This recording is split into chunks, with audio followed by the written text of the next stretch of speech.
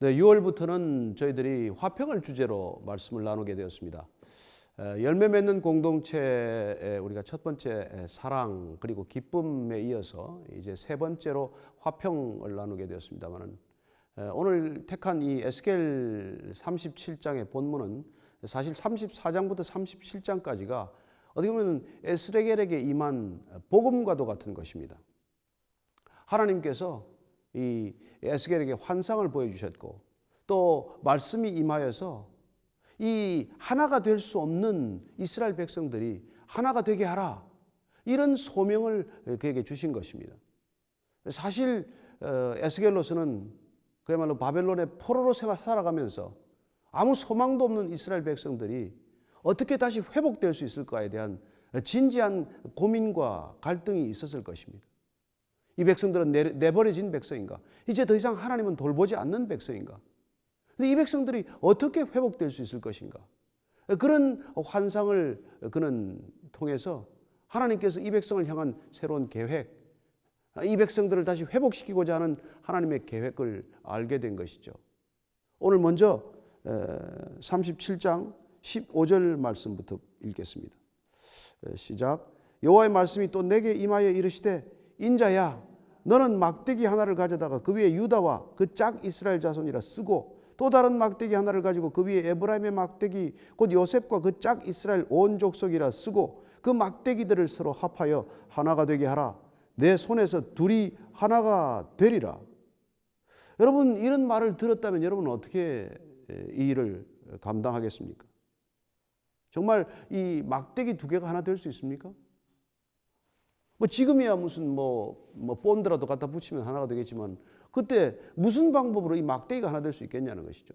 하나는 북이스라엘이라는 막대기, 하나는 남유다라는 막대기를 두 개를 갖다 붙여서 하나가 되게 하라. 그게 내 손에서 하나가 될 것이다. 이런 말을 듣고 예, 그렇게 되겠군요, 이렇게 생각하는 게 여러분 쉽겠습니까? 제가 어릴 때 그 당시에는 이 밤에 야경대가 있었어요. 그 야경대가 야경 딱따기를 가지고 다녔습니다. 두 막대기를 딱딱 치는 것이죠. 밤새 이제 도둑을 아마 내쫓는 그런 것이었을 거예요. 그런데 그 막대기가 부딪히면 소리가 나는 것이죠. 그래서 그 막대기란 늘 부딪히는구나, 부딪히면 소리가 나는구나, 그런 생각을 했어요. 북이스라엘과 남유다가 갈라졌기 때문에, 둘이 되었기 때문에 두 막대기처럼 늘 부딪히면서 소리를 냈던 그런 민족이 되고 말았어요. 나뉘어졌기 때문에. 그렇습니다. 하나님의 뜻은 나뉘어지는 게 아니죠. 하나가 되는 것이었습니다. 하나님은 늘 하나로 통일된 이스라엘을 지키는 것이었는데 그들이 나눠진 것이죠. 솔로몬 때 나눠진 것 아닙니까? 솔로몬이 죽고 나서 여로보암과 르호보암이 각각 북이스라엘과 남유다를 다스리면서 500년 동안 그들은 치열하게 싸웠어요. 늘 싸워서 둘이 나눠진 것이죠. 둘이 서로 싸우다가 안 되면 외세를 끌어들여서 싸웠습니다. 결국 그러다 망한 것이죠. 그래서 결국 포로까지 오게 된 것입니다. 하나님께서 이 포로 생활하고 있는 절망적인 이스라엘 백성들을 향해서 에스겔 선지자를 통해서 그들이 하나가 다시 되게 하라는 것입니다. 회복은 어디서부터 시작이 되어야 합니까? 하나가 되게 하는 데서부터 시작이 되어야 돼요. 그런데 하나님께서 놀랍게도 이 막대기에 관한 말씀을 하시기 전에 사실은 이 환상을 하나 보여주셨어요. 그게 37장 1절부터 시작되는 마른 뼈 환상입니다. 먼저 1, 2, 3절을 한번 더 읽겠습니다. 시작. 여호와께서 권능으로 내게 임재하시고 그의 영으로 나를 데리고 가서 골짜기 가운데 두셨는데 거기 뼈가 가득하더라. 나를 그 뼈 사방으로 지나가게 하시기로 본즉 그 골짜기 지면에 뼈가 심이 많고 아주 말랐더라. 그가 내게 이르시되 인자야, 이 뼈들이 능히 살 수 있겠느냐 하시기로 내가 대답하되 주 여호와여, 주께서 아시나이다. 하나님께서 그를 데리고 가셨는데 거기 갔더니 그 골짜기에 뼈가 가득한 거예요. 사방에 뼈가 가득합니다. 그리고 그 뼈들은 심이 많을 뿐만 아니라 아주 말라 비틀어진 뼈예요. 오래되었다는 뜻이겠죠. 그런데 하나님께서 묻습니다. 이 뼈들이 능히 살아날 수 있겠느냐? 여러분, 이런 질문을 저와 여러분이 받았다면 어떻게 대답하겠습니까? 그건 불가능합니다. 우리의 상식은 그렇게 절규할 거예요. 하나님, 그건 말이 안 됩니다. 이게 우리의 상식이, 우리의 이성이 대답하는 것 아니겠습니까? 그러나 믿음이 대답하면 어떻습니까? 하나님이 하시면 하실 수 있습니다. 하나님께는 불가능이 없습니다. 그런데 볼 때 에스겔은 아마 반신반의한 것 같아요. 하나님은 아십니다. 이렇게 대답을 하는 것이죠. 여러분 잘 모르시면 이렇게 대답하면 됩니다. 하나님 물어보실 때 잘 모르겠습니다가 아니라 하나님은 아십니다. 그러면 늘 정답이죠. 하나님은 늘 아시니까. 그 지금 하나님께서는 에스겔에게 이 뼈들이 살아날 수 있겠느냐, 이 환상부터 먼저 보여주신 것입니다. 4절 5절 6절입니다. 또 내게 이르시되 너는 이 모든 뼈에게 대언하여 이르기를 너희 마른 뼈들아 여호와의 말씀을 들을지어다. 주 여호와께서 이 뼈들에게 이같이 말씀하시기를 내가 생기를 너희에게 들어가게 하리니 너희가 살아나리라. 너희 위에 힘줄을 두고 살을 입히고 가죽으로 덮고 너희 속에 생기를 넣으리니 너희가 살아나리라. 또 내가 여호와인 줄 너희가 알리라 하셨더라. 도대체 에스겔을 대언자로 부르셨는데, 그를 선지자로 부르셨는데, 그가 해야 할 말, 전해야 할 메시지는 무엇입니까? 너희 마른 뼈들아 여호와의 말씀을 들어라. 이게 여러분 설교자들이 하는 얘기예요. 대언자가 하는 역할이란 이것입니다. 너희 백성들아 하나님의 말씀을 들어라. 너희 마른 뼈들아 여호와의 말씀을 들을지어다. 이게 여러분 순종할 때 우리가 해야 하는 역할이에요. 그리고 하나님께서 다시 말씀하십니다. 내가 생기를 너희에게 들어가게 하리니 너희가 살아나리라. 하나님의 생기가 들어가게 되면 너희는 살게 될 것이다. 그러면 너희 위에 힘줄을 두고 살을 입히고 가죽으로 덮고 너희 속에 생기를 넣으리니 너희가 살아나리라. 그러면 너희들이 살아나면, 마른 뼈가 다시 살아나면, 그러면 하나님이 계신 줄 너희가 알게 될 것이다. 이런 말을 전하는 것, 이게 여러분 설교자의 소명이고 그리스도인의 본분이에요. 그리스도인이란 어떤 사람들입니까? 마른 뼈와 같은 세상을 향해서 하나님의 말씀을 들으십시오. 주의 말씀을 들으십시오. 그 얘기를 하는 존재죠. 그리고 성령이 들어가서, 성령이 임하셔서 그들이 일어나서 하나님의 백성이 되는 것. 하나님의 말씀을 들으면 살아납니다. 살아나서 하나님의 백성이 되는 거예요. 이 얘기를 전하는 것, 이게 여러분 그리스도인으로 부름받은 소명이에요. 에스겔에만 주어진 소명이 아닙니다. 설교자에게만 주어진 소명이 아니에요. 모든 그리스도인들에게 주어진 소명은 이겁니다. 마른 뼈와 같은 존재들, 죽어도 죽은 줄 모르고 살아가는 존재들, 싸우다가 다 죽어서 노예처럼 살아가는 자들. 사실 이스라엘 백성 전체가 그렇게 포로가 된 것이죠. 멀쩡한 다윗 시대, 솔로몬 시대 멀쩡한 그 백성들이 서로 나뉘어서 싸우다가 언제까지 싸웠습니까? 둘 다 망할 때까지 싸웠어요. 그렇게 싸우다가 둘 다 죽었습니다. 마른 뼈가 되었어요. 이제 무슨 희망이 있습니까? 어떻게 이 백성이 다시 살아나야 합니까? 하나님의 말씀을 전하는 자가 먼저 있어야 합니다. 하나님의 메신저가 있어야 합니다. 그의 메시지는 무엇입니까? 이 마른 뼈들아 하나님의 말씀을 들어라. 생기가 들어갈 것이다. 너희들의 생기가 들어가면 너희들은 살아 움직이게 될 것이다. 이 얘기를 전하는 것이 메신저의 역할 아닙니까? 자, 7절, 8절부터 9절, 10절 한번 읽겠습니다. 이에 내가 명령을 따라 대언하니 대언할 때 소리가 나고 움직이며 이 뼈 저 뼈가 들어맞아 뼈들이 서로 연결되더라. 내가 또 보니 그 뼈에 힘줄이 생기고 살이 오르며 그 위에 가죽이 덮이나 그 속에 생기는 없더라. 또 내게 이르시되 인자야 너는 생기를 향하여 대언하라. 생기에게 대언하여 이르기를 주 여호와께서 이같이 말씀하시기를 생기야 사방에서부터 와서 이 죽음을 당한 자에게 불어서 살아나게 하라 하셨다 하라. 이에 내가 그 명령대로 대언하였더니 생기가 그들에게 들어가매 그들이 곧 살아나서 일어나 서는데 극히 큰 군대더라. 어떻게 죽은 마른 뼈들이 하나님의 큰 군대가 됩니까? 그렇죠. 뼈에 힘줄이 생기고 가죽이 덮이고 그리고 생기가 들어가면 그런 일이 일어난다는 것입니다. 저는 아담이 창조될 때 모습이 오버랩되는 것을 봅니다. 아담도 이렇게 만드셨겠구나. 뼈들이 맞아 들어가고 그리고 사이에 살이 차오르고 그리고 피부가 덮이더니 그러나 생기는 없더라. 하나님께서 코에 생기를 불어넣으시니 생명이 된지라. 이렇게 창조하셨듯이 이 마른 뼈 골짜기가 가득한 이곳에 새로운 창조의 역사 일어나는구나. 그 새로운 창조에 동참하도록 에스겔을 부른 거구나. 에스겔은 하나님의 말씀을 대언하는 자로 보냄을 받았구나. 자, 대언을 어떻게 합니까? 너희들이 마른 뼈들이 하나님의 말씀을 들어라. 그리고 생기를 향하여 다시 대언하라고 말합니다. 생기야, 사방에서 불어와서 저 마른 뼈들에게 들어가라. 다시 저들이 군대가 되도록 하라. 이런 메시지를 전하는 놀라운 역할이 에스겔에게 주어진 것이죠. 그에게 보았던 환상은, 이 마른 뼈 환상은 그가 대언자로 부름받은 환상이요.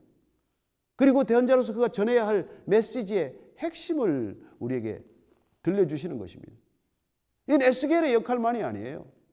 설교자의 역할만이 아닙니다. 이 시대 모든 그리스도인들이 마른 뼈가 가득한 골짜기와 같은 이 세상을 향해서 하나님의 말씀을 들으십시오. 여러분, 하나님의 말씀만이 생명입니다. 어떤 메시지도 여러분을 살아나게 하지 않습니다. 오직 하나님의 말씀만이 길이요 진리요 생명입니다. 이걸 전하는 것이죠. 그리고 성령 충만하게 하는 것이 우리의 목적입니다. 생기야, 사방에서 물어와서 저들에게 들어가라. 일어나게 하라. 살아 움직이게 하라. 이런 메시지를 전하는 것이 저와 여러분의 소명 아니겠습니까? 그럴 때 그들은 일어나서 하나님의 백성이 되고 하나님의 군대가 된다는 것입니다. 설교란 무엇입니까? 생기가 들어가게 하는 것입니다. 저와 여러분들이 메시지를 전하는 게 무엇입니까? 그 메시지가 전해질 때 그들이 살아나는 것을 보는 것입니다. 이게 우리에게 주어진 사랑이요 기쁨이요, 이게 우리에게 주어진 화평케 하는 자의 소명 아닙니까?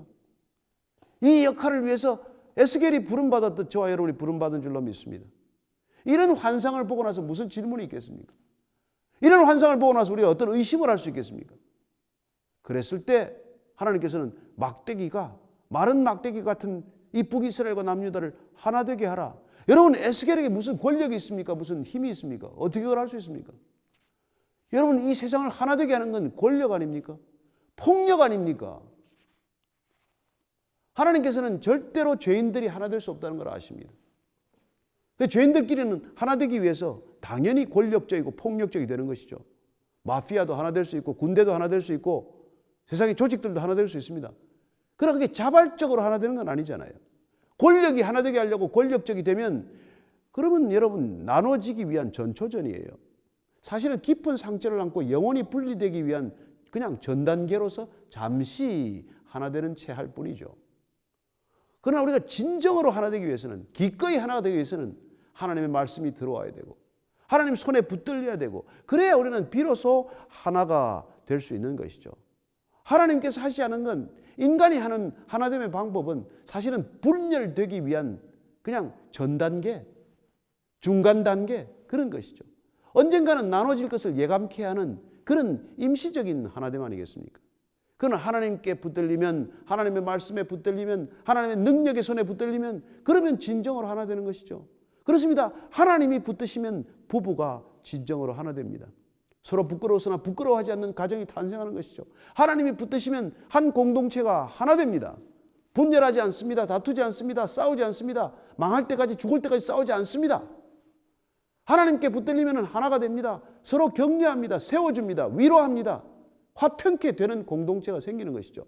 순서를 보십시오. 하나 되어야 화평케 되는 것입니다. 화평해서 하나가 되는 게 아니에요. 하나님께서 하나가 되게 하시면 거기에 화평이 흘러 넘친다는 것입니다. 저는 이런 화평을 위해서 오늘 에스겔에게 이런 명령을 내리신 것이에요. 막대기가 하나 되게 하라. 안 되는 일을 하나님께서는 명령하신 것이나 마찬가지입니다. 자, 18절 19절입니다. 내 민족이 내게 말하여 이르기를 이것이 무슨 뜻인지 우리에게 말하지 아니하겠느냐 하거든 너는 곧 이르기를 주 여호와께 이같이 말씀하시기를 내가 에브라임의 손에 있는 바 요셉과 그 짝 이스라엘 지파들의 막대기를 가져다가 유다의 막대기에 붙여서 한 막대기가 되게 한즉 내 손에서 하나가 되리라 하셨다. 여러분, 하나님의 손에 붙들려야 하나가 된다는 것입니다. 어떤 방법으로도 인간은 하나 되지 않습니다. 죄란 분리를 말하지 않습니까? 하나님과의 분리가 일어나면 인간은 인간끼리 분열하게 되고, 그리고 그 분열된 인간은 또 다른 죄악을 낳을 뿐 어떻게든 하나 되는 길은 없어집니다. 그러나 하나님께 붙들리면, 하나님의 손에 다시 붙들리면 우리는 하나가 되는 것이죠. 교회 공동체란 무엇입니까? 하나님 손에 붙들려서 하나가 된 공동체 아닙니까? 하나님의 손에 붙들려서 하나 된 공동체가 되었더니 화평케 되는 놀라운 일이 있고 화평이 흘러 넘치는 그런 공동체가 된다는 것이죠. 20절부터 22절까지입니다. 시작. 너는 그 글쓴 막대기들을 무리의 눈앞에서 손에 잡고 그들에게 이르기를 주 여호와께서 이같이 말씀하시기를 내가 이스라엘 자손을 잡혀간 여러 나라에서 인도하며 그 사방에서 모아서 그 고국 땅으로 돌아가게 하고 그 땅 이스라엘 모든 산에서 그들이 한 나라를 이루어서 한 임금이 모두 다스리게 하리니 그들이 다시는 두 민족이 되지 아니하며 두 나라로 나누이지 아니할지라. 하나님께서 이렇게 말씀하십니다. 내가 이스라엘 자손을 잡혀간 여러 나라에서 인도할 것이다. 사방으로 모을 것이다. 그렇습니다. 바벨론과 아수르로만 끌려간 게 아니겠죠. 디아스포라는 무엇입니까? 산지 사방으로 흩어진 이스라엘 백성들 아닙니까? 도대체 에스겔이 누군데? 에스겔이 무슨 역할이 있는데? 에스겔이 무슨 공적 지위가 있는데 그들이 온 이스라엘 백성들을 모을 수 있습니까? 그렇지만 우리 힘으로는 안 되는 거예요. 사람의 힘으로 안 되는 일입니다. 그렇습니다. 우리는 때를 따라서 참 말씀을 전하지만 그리스도인들이 복음을 전해보지만 사실은 상식적으로 보면 될 일이 하나도 없어요. 무슨 이런 일을 가지고 되겠습니까? 그러나 하나님께서는 우리 인간의 힘으로 할 수 있다면 인간에게 부탁하지 않습니다. 그건 알아서 하면 되는 것이죠. 그러나 하나님께서는 우리를 불러서 우리 힘으로 할 수 없는 걸 부탁하십니다. 명령하십니다. 여러분, 사람을 살아나게 하는 게 우리 힘으로 가능합니까? 죄인들끼리 하나가 안 되는 게 원래 그런데 그걸 어떻게 하나 되게 하라는 것입니까? 막대기는 둘이 하나가 안 됩니다. 그런데 어떻게 하나 붙여서 하나가 되게 하라고 하시는 것입니까? 하나님께서 하시겠다는 거예요. 우리는 순종하면 됩니다. 하나님이 하라는 대로 하면 됩니다. 하나님이 선포하라, 명령하라, 생기야 들어가라, 명령하면 그렇게 하면 되는 겁니다. 성령이 저 사람을 충만케 하소서. 그렇게 우리는 그냥 메시지를 전하고 선포할 뿐이에요. 하나님은 끝까지 정말 우리가 부탁하면 하나님께서는 그냥 노하지 않으십니다. 하나님, 네, 제가 그렇게 하겠습니다. 그럼 나머지는 하나님이 하십시오. 하나님이 노하는 법이 없으시죠. 우리는 순종만으로도 하나님께서는 결단을 하시는 것입니다. 우리의 순종과 함께 일하시기를 즐겨하시는 하나님께서 놀랍게도 하나님이 친히 이 일을 행하실 터인데 우리를 동역자로 우리를 함께 불러서 같이 이 일을 해보지 않겠느냐고 초청해 주신 것이죠. 자, 그들에게 지금 말씀하십니다. 여러 나라에서 인도에서 사방에 모여서 고국 땅으로 돌아가게 할 것이다. 그래서 이스라엘의 모든 산에서 그들이 한 나라를 이루어서 한 임금이 모두 다스리게 하니 그들이 다시는 두 민족이 되지 않을 것이라고 말씀하십니다. 이제는 더 이상 둘이 나눠지지 않는다는 거예요. 하나님이 하나 되게 하시면 둘이 나눠지지 않습니다. 하나님이 합한 것을 어떻게 인간이 나누겠느냐? 여러분, 부부 되게 하실 때 그 말씀하지 않습니까? 하나님이 짝 지어준 것을 인간이 어떻게 나누겠느냐? 그렇습니다. 하나님은 하나 되는 것이 하나님의 계획입니다. 우리는 비록 각자 개성이 있는 인간이고 서로 생김새도 다르고 성품도 다르고 다 다르지만 하나님께서 공동체를 계획하셨고 이 공동체란 서로 각기 다른 사람들이 정말 하나가 도저히 될 수 없는 사람들이 하나로 조화롭게 화평하며 살 수 있는 귀한 공동체를 만들어 가시는 것, 그게 하나님의 꿈이고 계획이고 하나님의 능력 아닙니까? 하나님께 붙들리면 그런 일이 일어나는 것이죠.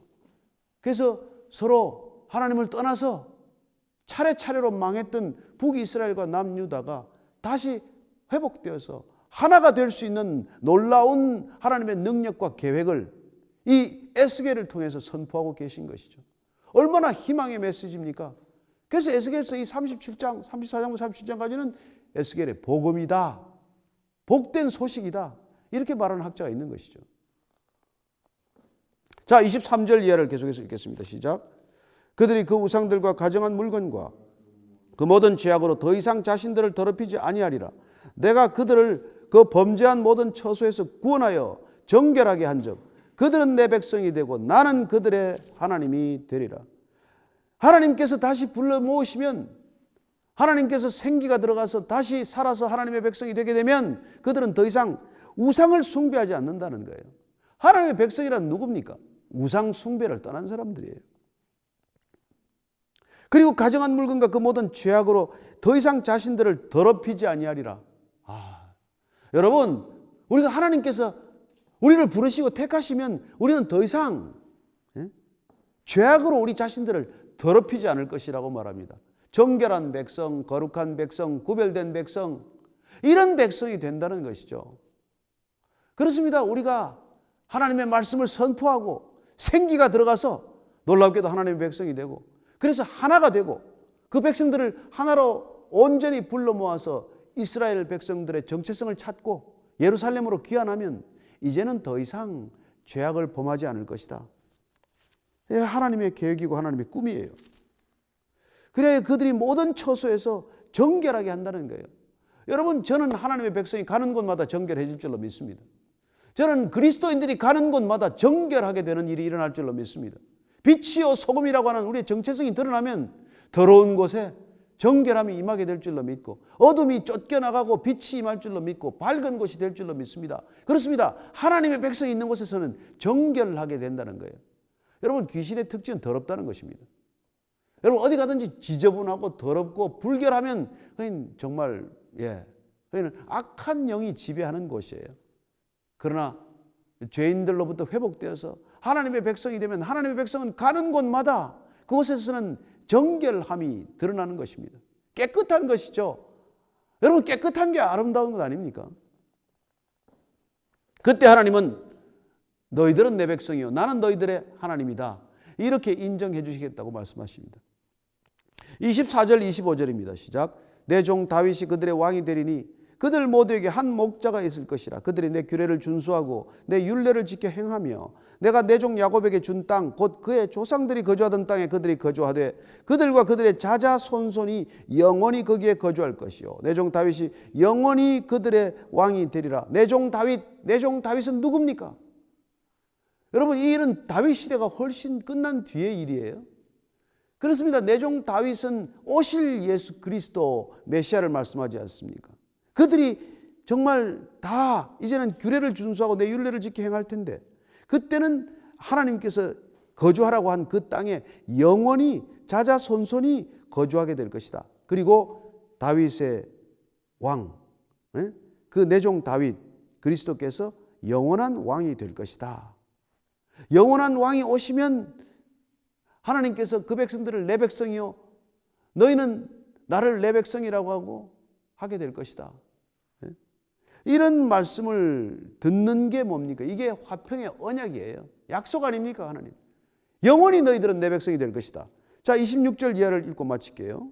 내가 그들과 화평의 언약을 세워서 영원한 언약이 되게 하고 또 그들을 견고하고 번성하게 하며 내 성소를 그 가운데 세워서 영원히 이르게 하리니 내 처소가 그들 가운데 있을 것이며 나는 그들의 하나님이 되고 그들은 내 백성이 되리라. 내 성소가 영원토록 그들 가운데 있으리니 내가 이스라엘을 거룩하게 하는 여호와인 줄을 열국이 알리라 하셨다 하라. 그렇습니다. 화평의 언약을 그분께 세우시겠다는 거예요. 여러분, 하나님께서 화평의 언약을 세우시고 그 화평을 우리에게 부어주셔야 우리는 화평케 하는 것을 누리게 되고 화평케 하는 존재가 되는 것이죠. 그렇습니다. 하나님께서는 예수 그리스도를 통해서 화평의 언약을 세워서 그게 영원한 언약이 되게 하시겠다고 약속하십니다. 그렇습니다. 예수 그리스도를 우리가 주로 고백하게 되면 우리 안에는 화평이 영원히 우리 안에 있을 것이라고 말씀하시는 것이죠. 마찬가지로 사마리아 우물가 여인에게 내가 목마르지 않는 그 생수에 근원 되시는 물을 한 번이라도 먹게 되면 영원히 목마르지 아니하리라. 이게 또한 영원한 언약의 표징 아닙니까? 그리고 내 성소를 그 가운데 세워서 영원히 이르게 하리니 내 처소가 그들 가운데 있을 것이며 또 말씀하십니다. 나는 그들의 하나님이 되고 그들은 내 백성이 되리라. 그리고 내가 이스라엘을 거룩하게 하는 여호와인 줄을 이 열방이, 온 세상이 다 알게 된다는 것입니다. 세상이 어떻게 하나님을 압니까? 우리의 거룩함을 통해서, 우리의 화평을 통해서, 교회 공동체의 놀라운 화평을 통해서 우리는 세상이 살아계신 하나님을 보게 될 것입니다. 저는 올해 우리 무별 예배를 통해서 온 이 땅의 백성들이 교회의 화평을 보게 하기를 원합니다. 우리 안에 흘러넘치는 화평이 이렇게 정말 힘들게 살아가는 이 세상 가운데 소망이 될 줄로 믿습니다. 곳곳에 우리가 흩어져서 예배드리는 곳마다 그 예배 처소에서 흘러넘치는 화평이 이 땅에 목말라 하는 이 땅의 백성들에게 하나님을 증거하는 일이 되기를 원하고 하나님의 살아계심을 고백하는 귀한 믿음 사건이 되기를 축복합니다. 오늘 우리가 함께 기도할 때 하나님, 화평의 언약을 기억하게 하소서. 이렇게 한번 기도하시길 바랍니다. 같이 한번 기도하십시다. 하나님 아버지, 정말 주께서 우리를 부르셨습니다. 우리를 놀랍게도 하나님께서는 화평케 하시는 자로 부르셨사오니 우리가 입을 열어 대언할 때 너희들이 하나님의 말씀을 들을지어다 마른 뼈가 살아날지어다 생기어 들어가라. 이렇게 말해서 그들이 하나의 거대한 하나님의 군대가 되고 하나님 안에서 하나가 되면 그 하나님의 공동체 안에서 흘러넘치는 화평이 이 땅을 회복할 줄로 믿습니다. 흩어져서 디아스포라처럼 흩어져서 온 사방에 흩어져서 하나 되지 못한 이 땅의 모든 백성들이 하나가 되게 하시는 놀라운 하나님의 산 간증이 될 줄로 믿습니다. 주님 역사하여 주옵소서. 우리를 그렇게 사용하여 주옵소서. 화평의 통로가 되게 하여 주옵소서. 화평의 언약이 저들에게도 전해지게 하여 주옵소서. 예수님 이름으로 기도합니다. 아멘.